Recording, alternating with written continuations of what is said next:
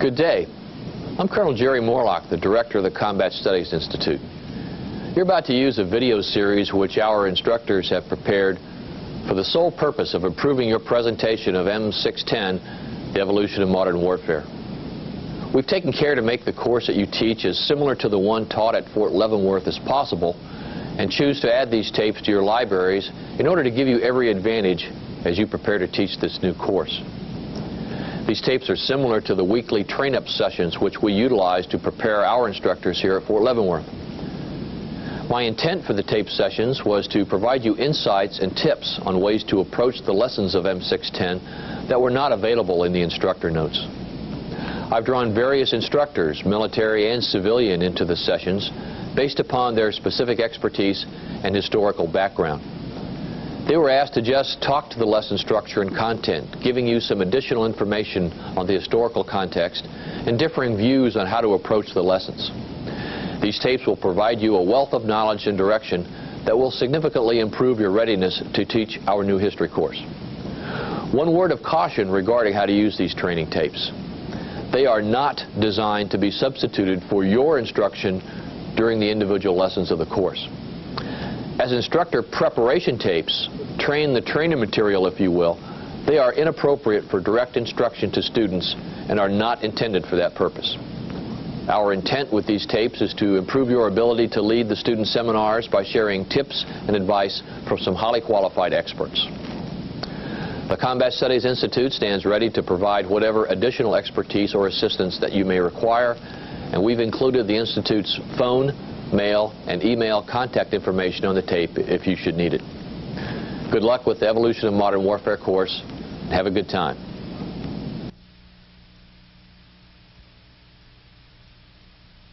Well, my name is Gary Bjorgi. I'm an instructor at CSI in Command General Staff College. And this is our lesson on the Korean War, 1950-1953. With me today are Lieutenant Colonel Jim Martin and Dr. Larry Yates, both from Combat Studies Institute. We're going to be talking about the Korean War and raising some issues that hopefully will help you in your preparation for teaching the course, teaching the lesson. Before we get into the meat of the lesson, I would just like to mention that there are a number of U.S. Army official publications that deal with the Korean War. We have this Combat Action in Korea by Geigler. We have a number of publications, books printed by Center of Military History. Here's Ebb and Flow, November 1950, July 1951.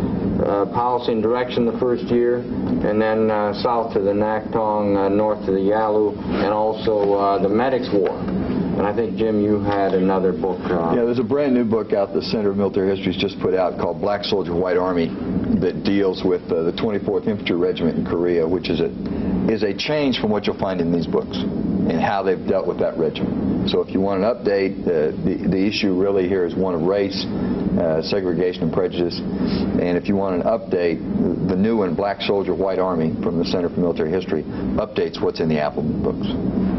A couple here. This book is from the Foreign Relations of the United States series. There are a series of volumes. There is one volume for Korea 1950, and then another volume for 51, and I believe a third volume for 52 through 54. So it would be 3 volumes that cover the war years. And what they contain are declassified documents, mainly at the policy-making level, but they do get into military affairs. So, for example, in the 1950 Korea volume, you'll find the Pentagon's orders to General MacArthur in Korea, etc. So if you have access to a university, government documents department, or I don't know, public library, whatever, you might see if these are available. One other book just came out, John Lewis Gaddis, we now know, Oxford University Press, but it's available commercially. Most bookstores or could be ordered. But it deals with documentation we've gotten out of Moscow and Beijing since the end of the Cold War, and I guess some of it was coming out even before the end of the Cold War, but there's Chapter 3 deals with Asia, and it brings us up to date on what we know now from the other side's point of view as to how the war started, and then various critical points in the war, such as the Chinese intervention. What were their considerations? What was Stalin saying to Mao? What was Mao saying to Kim Il-sung? What was Kim saying to both of them? Gaddis gives you an overview of that in this book. Thank you. There are quite a number of books that have been written on the Korean War. The war itself, some people have called it the Forgotten War. Perhaps some of you have had the opportunity to visit the Korean War Monument in Washington, D.C., which is just south of the reflecting pool there in front of the Lincoln Memorial, opposite the Vietnam Memorial.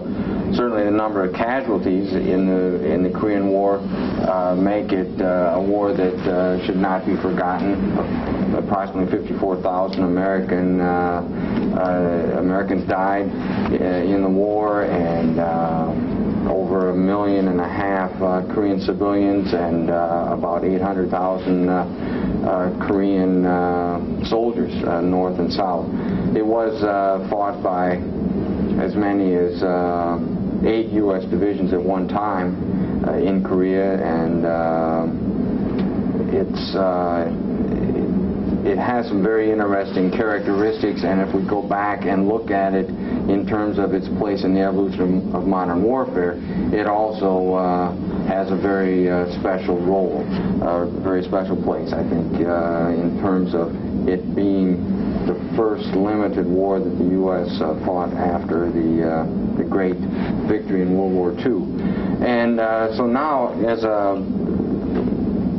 just to start off here, talking about the war and what are the lessons that we can draw from the war, I think the first place to start here is to just look at where the war fits into the international environment at that time and the U.S. policies.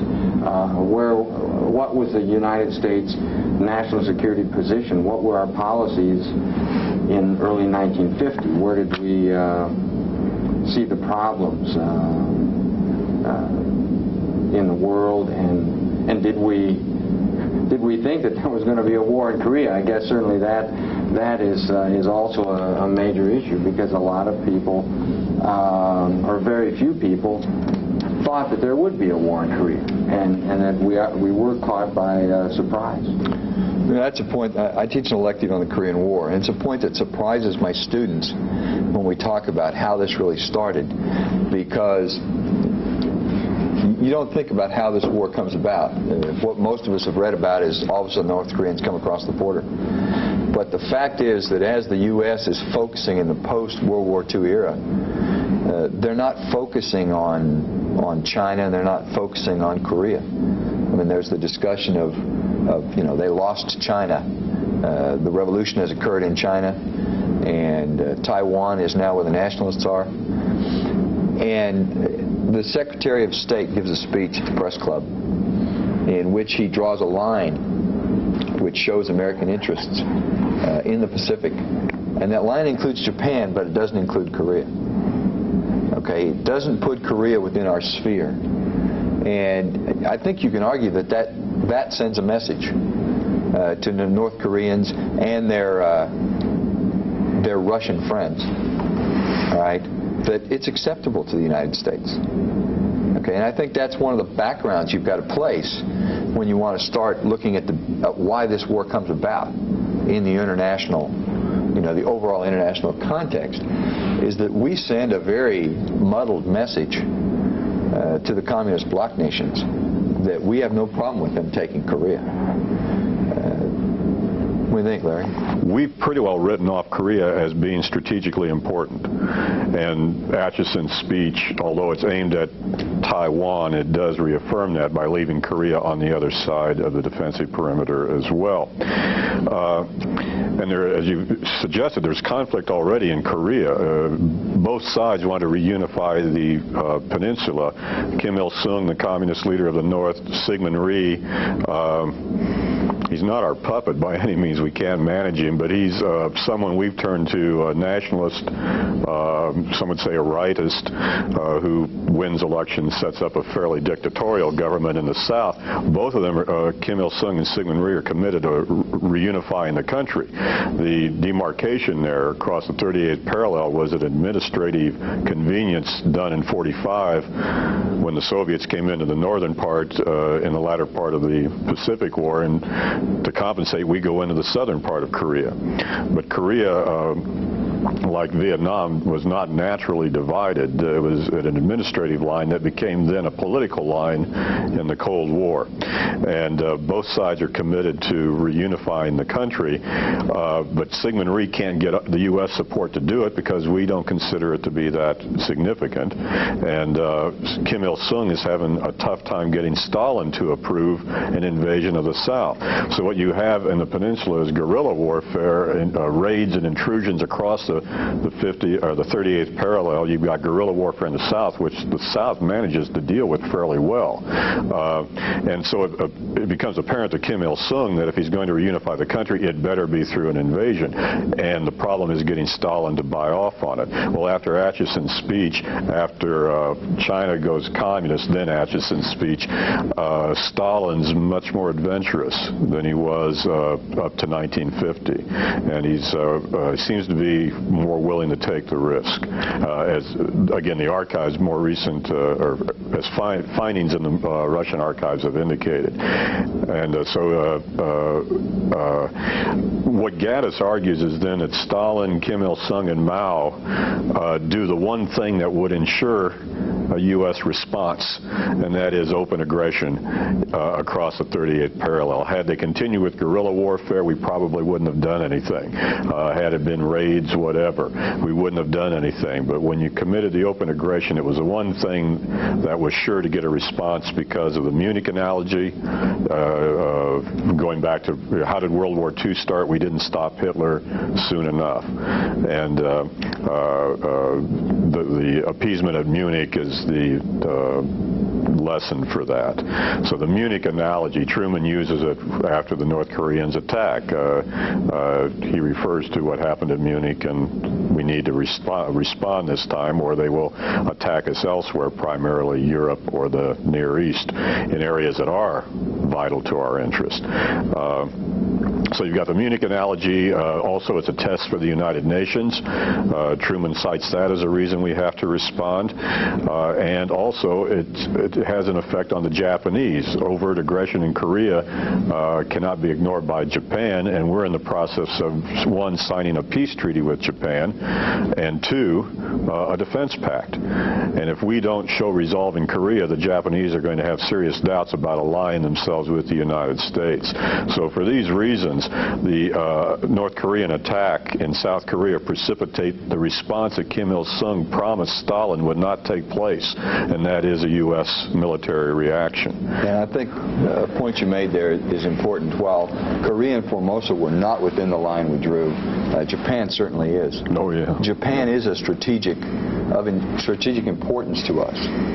And if you've ever been to Korea, you recognize that it points like a dagger right at Japan. I mean, what are you, an hour away by flying time? Less than that. During the Korean War, you'll have Air Force fighters coming off of Japan flying strike missions in Korea. Mm-hmm. It's that close. So if you're going to protect Japan, you can't just give up Korea to the communist forces. So it becomes important to us because of the proximity to Japan. Yeah. Really and the issue here of the Japanese psychology, I mean, it's very easy, to think, well, we're not going to get involved on the mainland of Asia and all of that.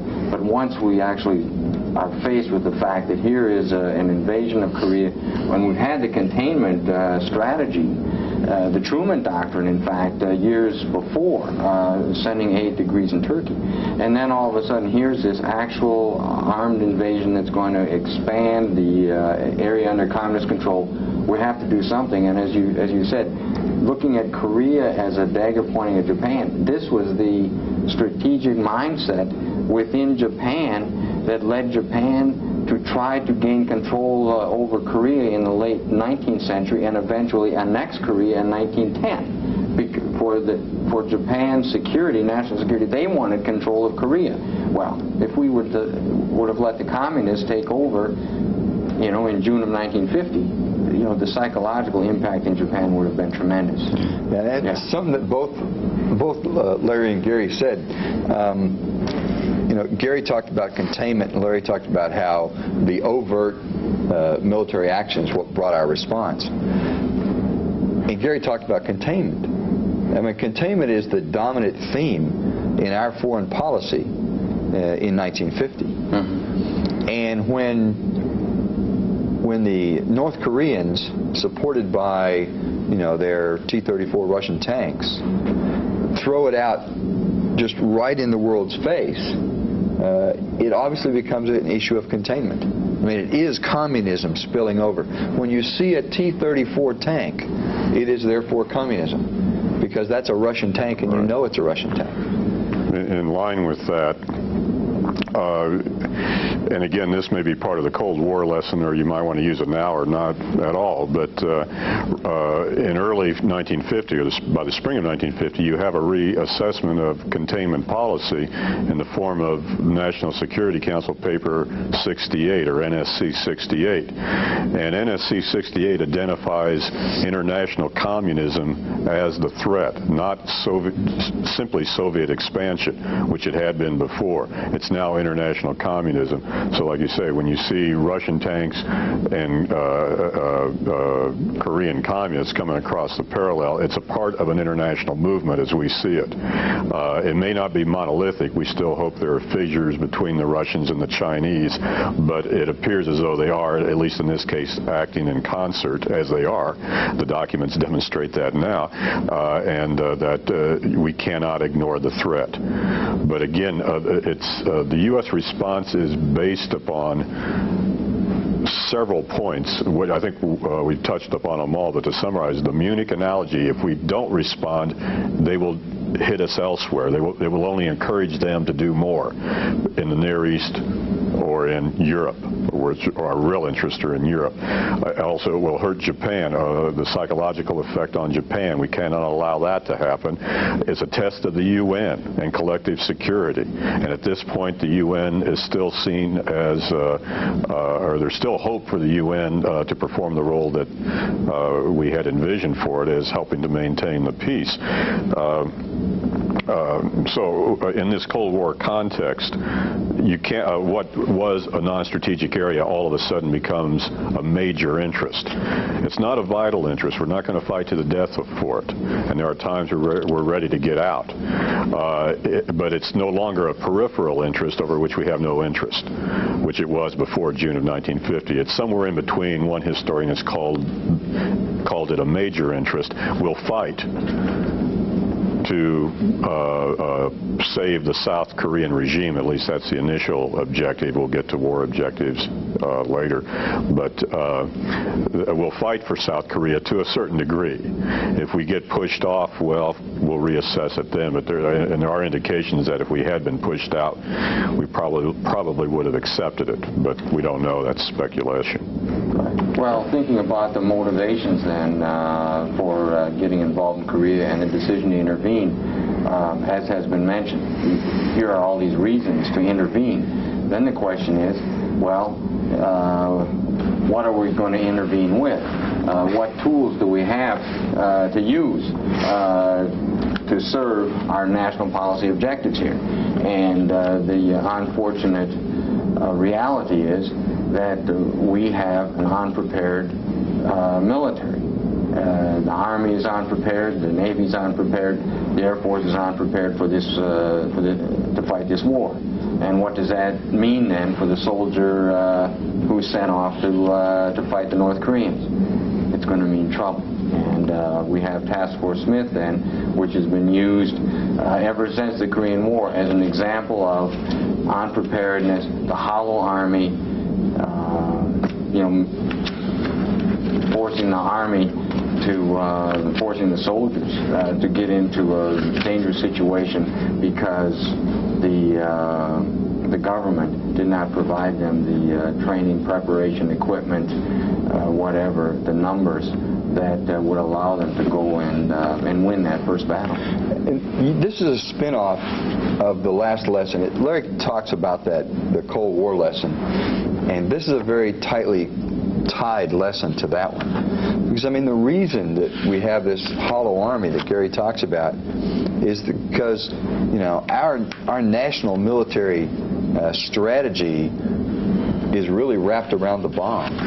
It's wrapped around that huge advantage that we have in nuclear weapons. And so the individual soldier, the tank, does not deliver that weapon. So the money's not put into the Army. The money gets put into those portions of the Air Force which can deliver nuclear weapons. Well, so while we have an Air Force with plenty of money, it's not putting that money into close air support that can help on the battlefield, and we'll see that in the initial fight in Korea. The ability to bring close air support down for infantry, armor units simply does not exist early on, because that's not where our defense dollars are going. So we have an Army that still basically has World War II weapons, which are not well maintained and cared for, and who've not had the money to do the training, the units in Japan, the money or the space to do the individual unit training. And while they may be able to fire their rifles, rifle marksmanship's easy. But any of you who've tried to do maneuvers at the company level, the battalion level, the brigade level, or the division level know that those are things you have to practice. They don't just come naturally because you teach a soldier how to shoot. And that's the result, really, of our national military objectives and the way we focus where we're going to spend our money.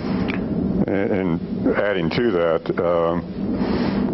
you've got the issue of the budget. The idea of a balanced budget as a political issue is nothing new. It's in today's news, of course, but Truman was committed to balancing the budget because if you don't have it, you're going to have runaway inflation, you can ruin the economy and lose the Cold War right there, a theme that Eisenhower will come back to after the Korean War when he's president. But the need to balance a budget, a military strategy based on the bomb, and among the services, the preference for the Air Force over the other two. The Air Force, which we haven't discussed, becomes a separate service in, what, 1947? And I assume that's part of the Cold War lesson, the National Security Act of 47 and all of that. But these considerations are at play, budgetary as well as strategic. You know, I think this all rolls in because you talked about the decision to intervene, and that's where we really got started. And we've talked about how the decision by the North Koreans to come across in a blatant invasion is really what will garner the response. The problem then becomes, on the decision to intervene, is, okay, what do I intervene with? That becomes the real issue. We have, what, just over 2 divisions, rather hollow divisions in Japan? 4. We have 4 there. Yeah, the whole army has 10 divisions. 4 are in Japan, and I think in the reading that's assigned for this lesson out of Weigley does a good job of talking about the accident of geography that puts 40% of our divisions within an hour's flying time or 2 hours flying time of the Korean Peninsula. And you know what's interesting is, though we've got 40% there, when the president makes his decision to go ahead and say, okay, yeah, General MacArthur, anybody under your command, you can commit. The problem is, well, we send Brad Smith and Task Force Smith.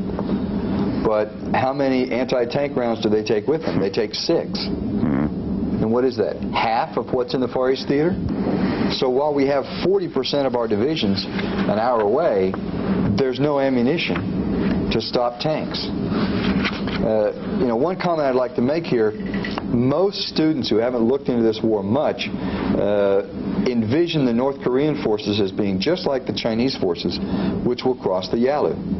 Those are infantry heavy, mass wave assaults, and that's not accurate.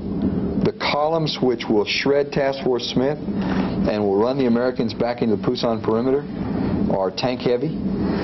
They are being pushed forwards on the roads behind T-34 tanks. I mean, that's what shreds Task Force Smith, is the T-34s, and their inability to even dent them or slow them down. So there's a misunderstanding there, and you need to make sure your students understand that. It's two different types of ground war. The first one is a tank battle, where infantry trying to take on tanks. Later at the Yalu, yes, it will be wave after wave, mass assaults of Chinese infantrymen. But that's not true when the North Koreans come across. And the thing is, how could that happen? Given the intelligence devices, surveillance devices we have today, it's you can't imagine an opponent that easily massing armor without us knowing about it. Well, we didn't have those things back then, and it was just generally assumed by the Korean Military Advisory Group that we left behind when U.S. occupation troops pulled out in '49. The K-MAG, as it was called, the general that led that, and I don't recall his name, but his assumption was that you cannot use T-34s in Korea. The terrain is too rugged for their use. Well, the North Koreans proved him wrong, and it proved catastrophic because on the basis of that assumption and others, the United States had not supplied Syngman Rhee with tanks that could be used against tanks, with aircraft that could be used against tanks, or with artillery, or heavy artillery. The reason being is if we gave him those things, our assumption was he'd go north with them and precipitate his own war. So we withheld the heavy weaponry that he could have used against tanks on the assumption that the other side couldn't use tanks, and the assumption was wrong. And here they come, and as Jim said, what is our response? And one thing to keep in mind, it is incremental. We don't immediately commit Task Force Smith. Truman meets Sunday at Blair House with his advisors, and the initial response is air cover for the South Koreans and our advisors. Then it's air and naval support south of the 38th parallel. Then it's air and naval support north of the 38th parallel. U.S. aircraft and naval vessels in the vicinity taking part. And finally, by the end of that week, with the realization that the air and naval power are unable to stop the North Koreans by themselves, the decisions made to send in land troops, Task Force Smith being the first contingent to arrive, and its legend lives on. My students are absolutely amazed when we do the piece on Task Force Smith. And I have a copy of a letter that Brad Smith wrote some years ago to a CGSC student, and talks about how, they did the best they could with what they had. And my students keep going, how could any American commander send a thrown-together battalion task force with 6 anti-tank weapons, a few howitzers, hadn't trained together at all, and throw them up against armored columns? It's unconscionable. But I think the fact of the matter is that the guy who saw Brad Smith off at the airport basically told him, Brad, just go show the flag. When they see the Americans are there, they'll stop. Okay? And, we consistently underestimate, I think, our enemies in the Far East. We'll see it again in the Vietnam lesson. And we believe that if we showed the American flag, Brad Smith stood up there with his helmet on, looked like a GI, they'd go, oh, the Americans are here, let's turn around and go back. And the North Koreans had no intention of slowing down for Americans. And I think that's to me, that's the only answer that makes any sense as to why you send Task Force Smith. Because you don't think they're really going to have to fight it out. You're not sacrificing American bodies. You're doing a show of force, and that's all it's going to take for these guys to go back north again. It's one thing to take on the South Koreans.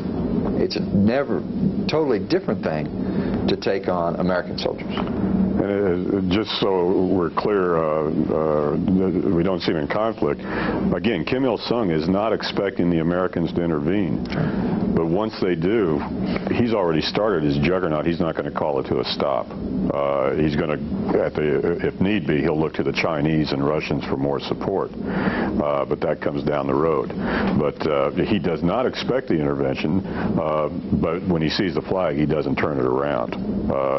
It keeps going. The momentum is there. But again, both sides have misinterpreted the other's intentions. They've misgauged the other, and they're both going to pay for it. Well, this issue of what is or is not unconscionable, as we look at what happens to the 24th Infantry Division, basically, I think General Walker was prepared to sacrifice that division to gain time, because he knew that he had to somehow gain enough time to set up the Pusan perimeter, and the division is pretty well smashed as it does withdraw from that early July up there by Osan down through Taejon and then Taegu and so on. Finally, we're in the Pusan perimeter, and that area has been reinforced then. And eventually there are 100,000 troops that are in the Pusan perimeter. And then MacArthur is thinking, well, I guess we're not going to fight this out in the Pusan perimeter. I'm going to take a strategic action here, and we're going to have an amphibious landing and bring back some flexibility and fluidity to the battlefield. And we have the Incheon landing, which we didn't talk about the command relationships that are set up here when the war begins. And of course, MacArthur had been in Japan as Supreme Commander of Allied powers, as the Supreme agent of the occupation of Japan. And then also he was a commander of U.S. forces Far East. And then once the war starts and Truman decides, well, all right, he's going to be my commander in the field, and that's added to his other responsibilities. So MacArthur is supreme commander then of the forces that are fighting in Korea, with General Walker as the 8th Army commander. But for purposes of this chromite operation, which is the landing in Incheon, MacArthur fights with the Joint Chiefs to agree to establish a 10th Corps, which will be made up of a Marine Division and an Army Division, and then land in what is really an incredible operation. We come back, just maybe to take this chronologically, let's fill in just a little bit on MacArthur and the command, and then Pusan, and then Incheon.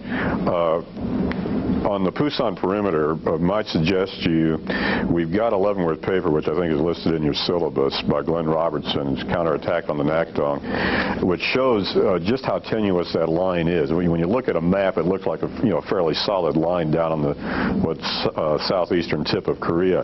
It's not. It's a porous line, and Walker is constantly having to shift units around to fill that line in and to hold it. And Glenn's paper, his Leavenworth paper, deals with that. These are available to you free of charge, and in a class you might ask one student to read it and do a report or whatever. You might not, but just as a suggestion, that paper is available free of charge. It deals with the Pusan perimeter and the actual fighting there, and this may be something you want to exploit.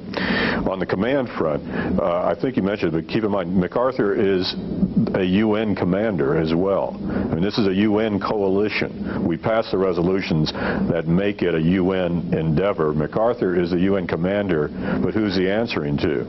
Not necessarily the Secretary General of the UN. He's answering to Harry Truman, up to a point. But the Americans are running the war, but it is a coalition. There are foreign troops that will fight under MacArthur in Korea, and other nations will supply aid of support.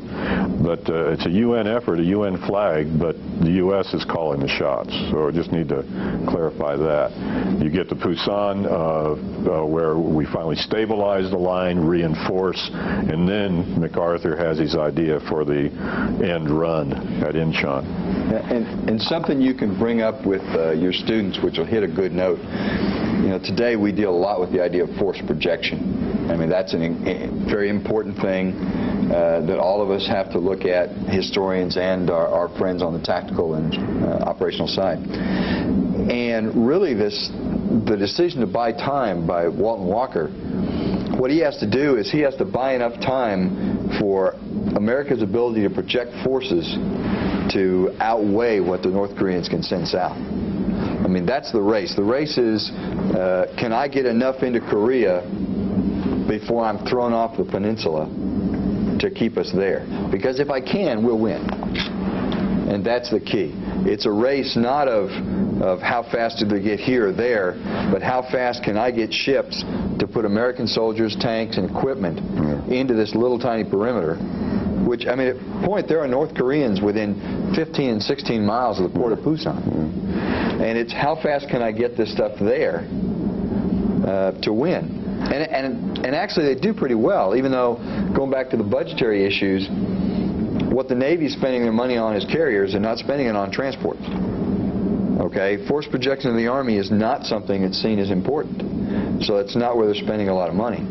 But by the time that chromite comes off, the soldiers inside the Pusan perimeter are living far better than the North Korean soldiers on the outside of the Pusan perimeter. They're living on a couple of rice balls a day because they're at the absolute far length of their logistics line.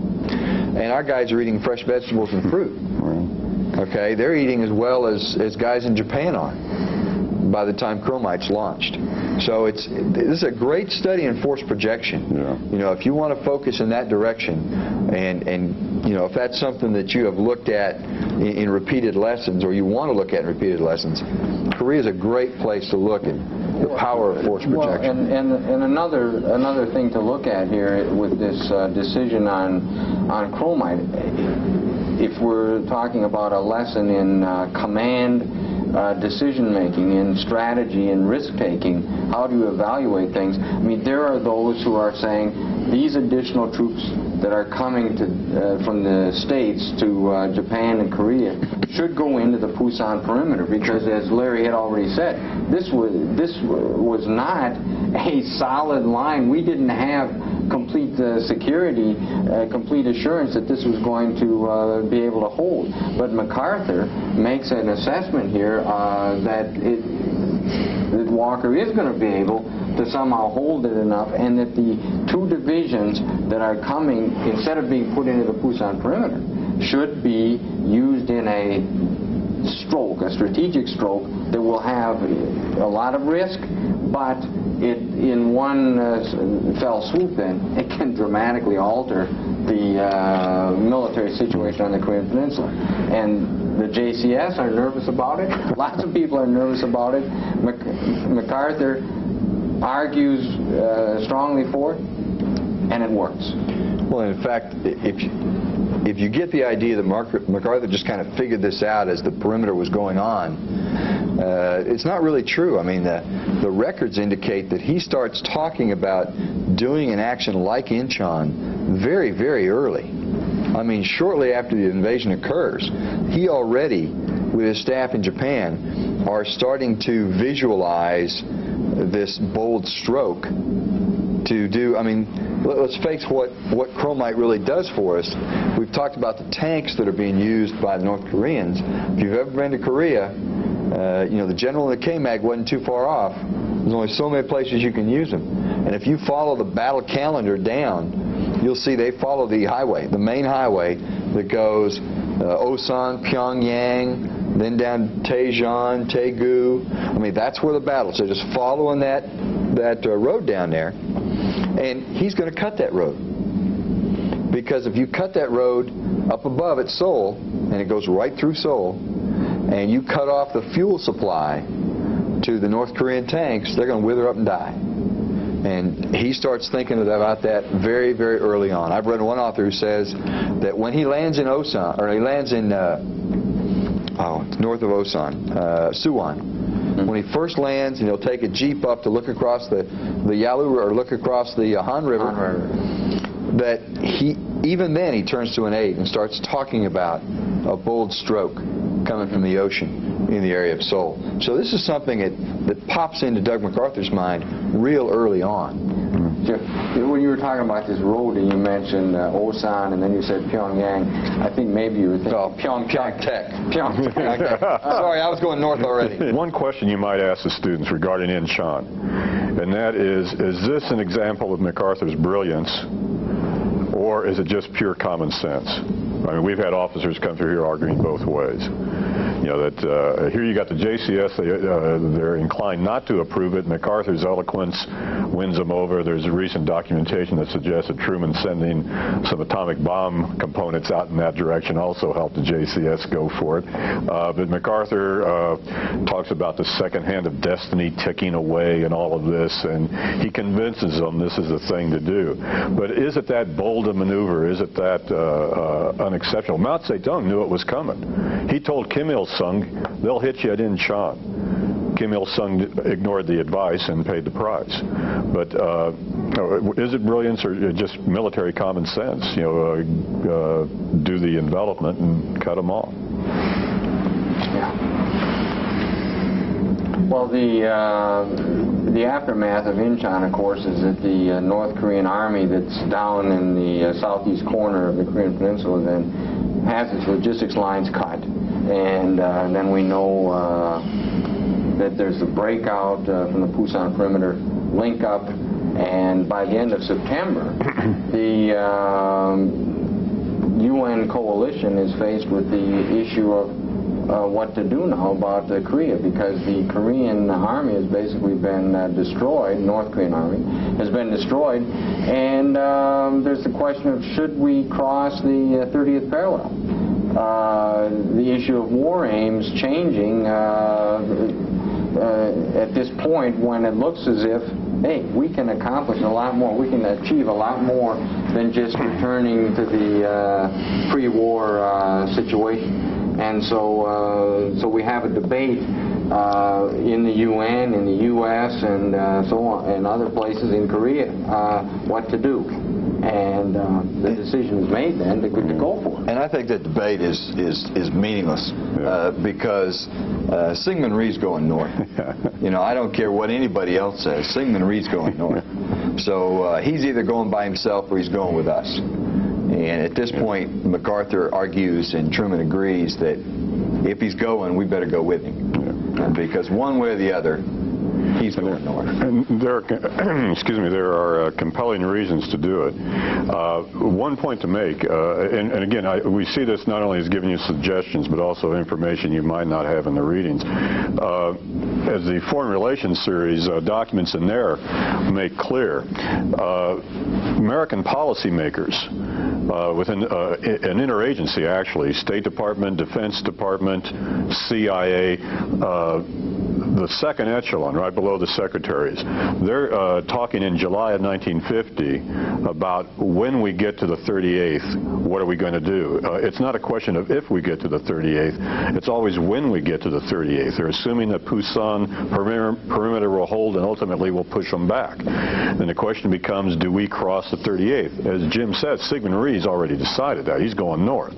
He's got the wherewithal to do it now. The question is, will the UN go with him? Will the U.S. go with him? And one thing you might do is ask your students, you know, if you're the commander-in-chief, if you were MacArthur, what recommendation would you make? If you're Truman, what decision will you make, and on what basis? Would you go north or not? So, as Jim said, there's really not a heck of a lot of debate. All the reasons say go north. The only one that causes some caution is if we go north, the Chinese and the Soviets might intervene. And that causes some real consternation, but not enough to override these other concerns. Yeah, and a comment on that issue of Chinese intervention. I mean, you know, as we look back, we know that's what actually occurred. Yeah. And, you know, the issue is, well, how could we have known? Well, the fact is that we could have known because Mao Zedong does in fact tell that we don't have direct relations, diplomatic relations, but he in fact tells, who's it, Indian? The Indians. The Indian ambassador, that if the Koreans come north, that's one thing. I have no problem with that. But if the Americans come north, okay, basically he says that he'll have to take some action. And again, I take that back to our continuing, we continue to underestimate Asian enemies. Okay, and we didn't believe he'd do it, or he couldn't do it without us knowing it was coming. Right? The fact of the matter was, he was already moving troops towards the border. By the time we hit the 38th, he's already got. He's there in July. So I mean, he's ready to go much earlier than we would start looking for him. But I agree, there is no other option. You go north. at this point, and you know, if you believe Mao Zedong, then you try to bluff him out of coming, you know, with nuclear weapons or whatever you try to bluff him with. But we did have a semblance of a warning that the Chinese would come across.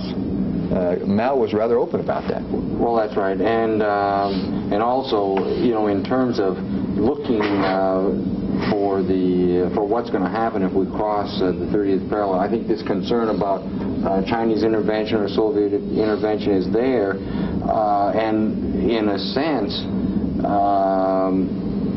the JCS does give MacArthur some guidance as to what to do if there is a Chinese intervention or a Soviet intervention. We're supposed to stop, you know, moving north, which in a sense is a rule of engagement then that we're now fighting this war under. And also Truman, as he's making his decision and looking towards the end of the war, he flies to Wake Island and meets with MacArthur and asks MacArthur about this possibility. Well, what's going to happen if the Chinese come?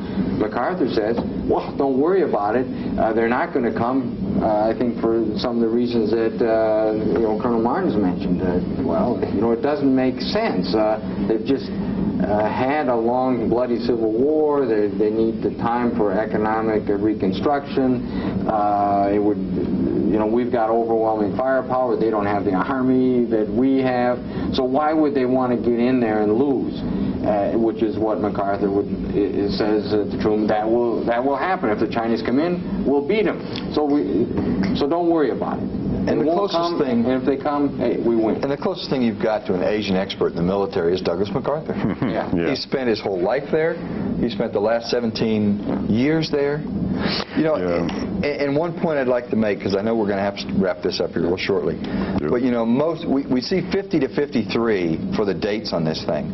Everything we've talked about here is within a year.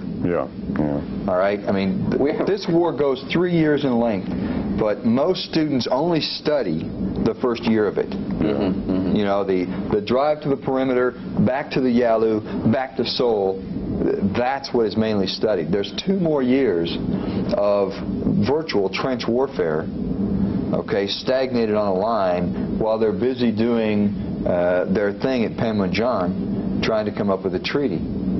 All right, so I mean, you might make that point to your students. Most of them only see the Korean War as what we've talked about through Chinese intervention.